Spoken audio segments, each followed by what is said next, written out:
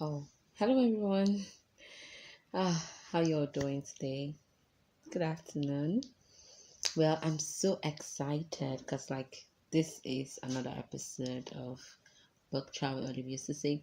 But then again, yesterday I did an introductory video, but today I'm actually going to be talking about a book. So yeah, we're launching into the main menu.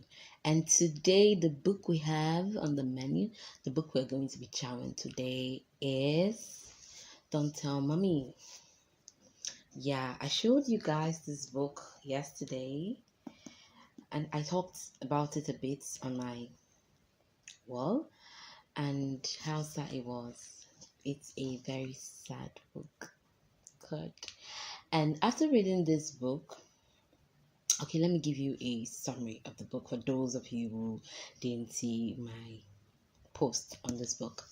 So this book is it's a true life story. Yes, it is a true life story, and it is about Toni, the author of the book. Her name is Antoinette, but she changed her name to Toni because of what what she went through.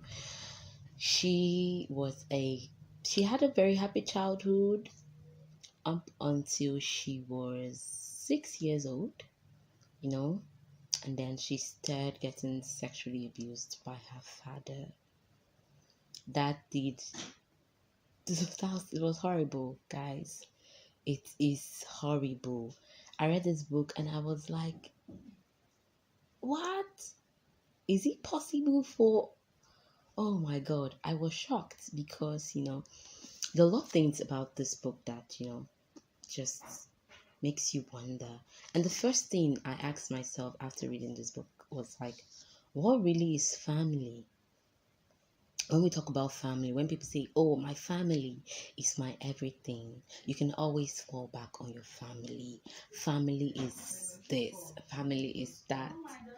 Who really is family? What is family? Okay, so the first question we ask ourselves is, who is family? Does someone qualify to be called family because they are related to us by blood? Or should there be other qualities that should make them qualify to be family? Because in this book, we see that Toni is abused by her father, who is supposed to be a protector. A father is supposed to be someone who protects, who guide against this sort of things, but her father is someone who abuses her. And then her mother, who a mother is supposed to be like a superwoman. A mother is supposed to come in when everything is wrong and just make sure everything is all right. That's my own perception of who a mother is, because my mother is a very wonderful person. So but her mother, Toni gathers the courage. She is just a child, she's 6 years old, and her dad tells her, do not tell your mom, because if you tell your mom, she's not going to love you. Okay, this should be our little secret. Don't tell mommy. But Toni decides that no, I'm going to tell mommy about it. And then she tells mommy about it. And then mommy tells her, don't ever tell this to anyone. Okay, mommy is angry at her. What should mommy be angry at? Mommy should be angry at daddy for doing something so wrong. The mother is a grown-up. She knows that this is absolutely wrong. But then she gets angry at Toni. And then it's devastating. And at the end of the day, there's so much to learn from this, because I'm not even that forgiven. But Toni is so forgiven. She forgives her mother because she has so much love for her mother. The kind of love that her mother is supposed to have for her is the kind of love she has for her mother. She loves her mother irrespective of what she has gone through. Her mother has cancer and she's dying. She's 83 years old.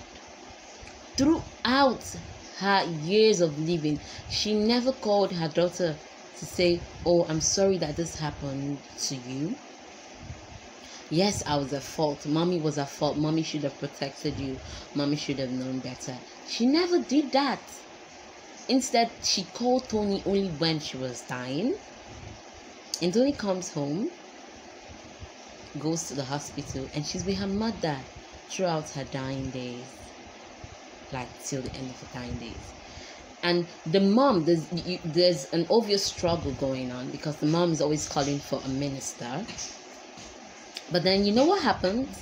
Whenever the minister comes, she cannot go through with it.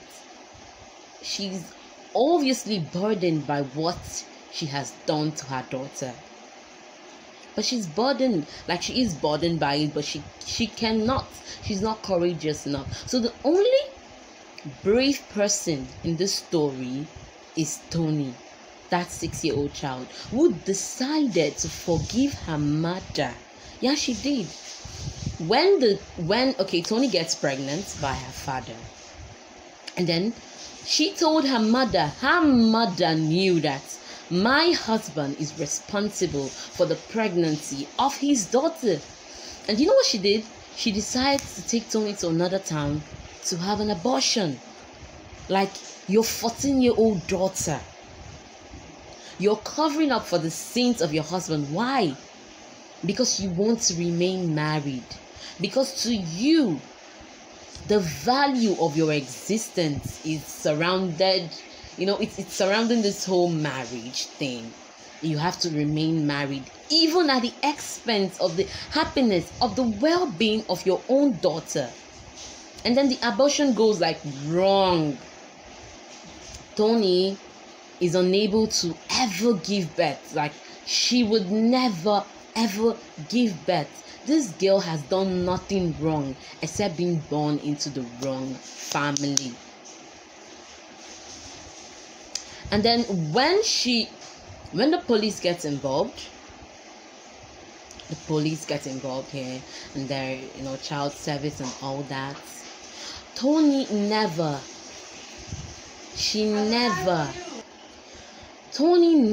gives up her mother. They ask her, Toni, did anyone ever know? And she said, no, nobody ever knew. She protected her mother. But her mother knew that her father was abusing her, and she turned the other way. Like, she was determined not to ever really see what was going on in the house. The father would come back every weekend, and then he would say, oh, Toni, you've had such a busy week. Come on, let's go on a ride.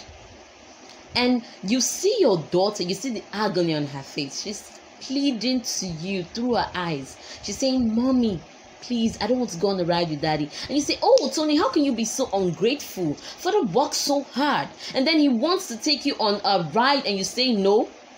And then he takes her to the farm, and then he rapes her there. And then they come back and everything is okay.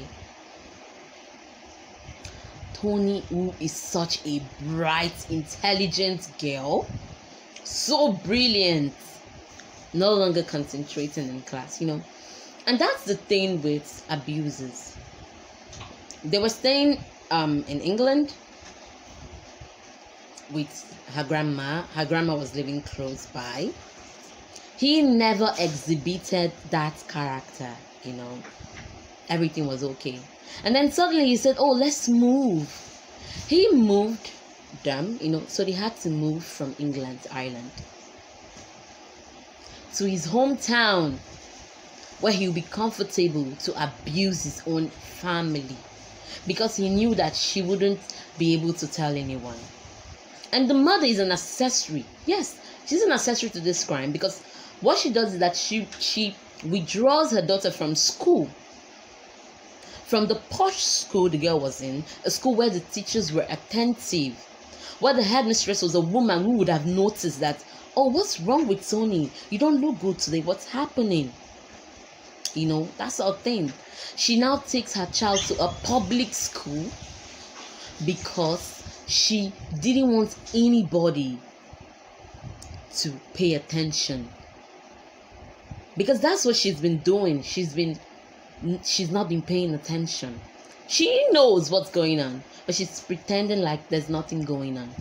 And then she punishes her daughter for her father's action. She no longer beats the girl. Her uniform always tattered. what she's trying to do is, oh, Toni, maybe because you are a beautiful child, that's why your father finds you attractive. So let me make you ugly. But irrespective of the fact that she wasn't taking care of her daughter, the girl's hair was always unkempt, her uniforms were rumpled, her shoes were tattered. She had to trek a long mile to the public school her mother enrolled her in, a school where there are so many students with few staff, unable to really pay attention to students. Girl would walk such a long mile looking so scattered. But still the abuse was going on. This should tell you that it's not about the physical appearance that makes someone a victim of abuse. No, it's not because they are beautiful. The problem is with the abuser. You as the father, why would you find your 6-year-old daughter attractive? It shows you're the sick person here. And so Toni saved her mother. Her father is sent to jail. He's convicted and is sent to jail. But she saves her mother. She tells the judge that, no, I didn't tell anyone about it. And then everybody said, oh, Toni, you must have liked it. If you didn't like what your father was doing to you, how come you kept quiet for 7 years? She told the only person that she could trust. Like, if you cannot trust your mother, who else can you trust, really? You tell your mother and then she tells you to shut up.